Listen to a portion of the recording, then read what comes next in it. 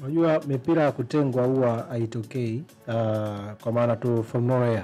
Lazima kuwe kuna jitihada za timu kwenda kushambulia, ndiko ambako unaweza kupata faida ya mpira kutengwa. Kwa mfano, mipira ya kona, ina maana kona ni zao baada ya shambulizi kwenda kudhibitiwa ama kwenda kuzuiliwa na timu pinzani na ikapatikana kona. Either labda golikipa amecheza imekuwa kona, ama mlinzi ama nyota ama wachezaji wengine wa Simba wakuzuia mpira na kupeleka mpira kwa kona. Lakini kwenye eneo la hatari labda nje ya 18 mita 19 hivi 20 21 22 23, ina maana kwamba Berkane wametoka nyuma wamesogea kwenye eneo la Simba na wanapata faida. Kwa hivyo nazungumzia ambako panaanzia kabla ya mpira kutengwa, na ina picha moja ni kwamba Simba wanaweza kuwaruhusu vipi Berkane kusogea mpaka juu na kwenda kuipa hiyo faida. Of course mipira kutengwa imekuwa ni moja kati ya ugonjwa mkubwa ambao sio tu kwenye timu ya Simba, lakini umekuwa pia ukitapakaa na umekuwa kama ugonjwa wa taifa zima, kwa sababu kuna nyakati tumekuwa tukishuhudia zaidi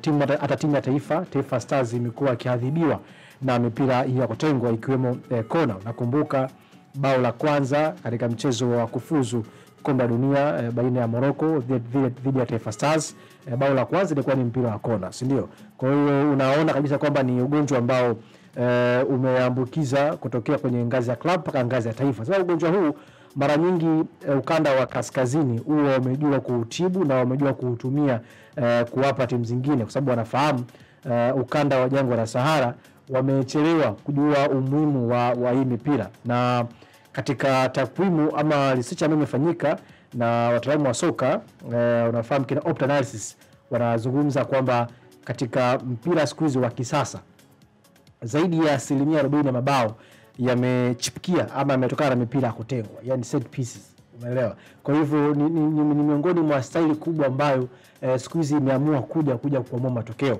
Unakumbuka katika mfano wa halisi ambao kwa sasa ni kikosi cha Arsenal the Gunners, unakumbuka wametumia kona ngapi tu kuadhibu wani? Unakumbuka? So ni sasa hivi katika modern football lazima uwe na wataalamu ambao wanaweza kuzima hii mipira, lakini pia wanaweza kutumia mipira kuweza kupoa matokeo. Na unakuja kuona katika dakika tu ndani ya mchezo Berkane wanapata kufungua safu ya ulinzi ya Simba kupitia kwenye mpira wa kona. Na mara nyingi ni nadra sana kuona timu za ukanda wa kaskazini kushindwa kutumia hii mipira. Na unakuja kuangalia Simba wanafanya kucheza mechi yao ya nyumbani. Je, wanatengeneza tahadhari zipi kuna kucheza dhidi ya Berkane katika mipira hii? Kwa hivyo nimezungumza hapo awali kwamba cha kwanza kabisa ni kutengeneza muundo mzuri wa kuizuia Berkane isitoke nyuma na kusogea juu na kutengeneza hayo mazingira kupata hiyo mipira. Sababu hapo ndiko ambako unaweza ukaanzia.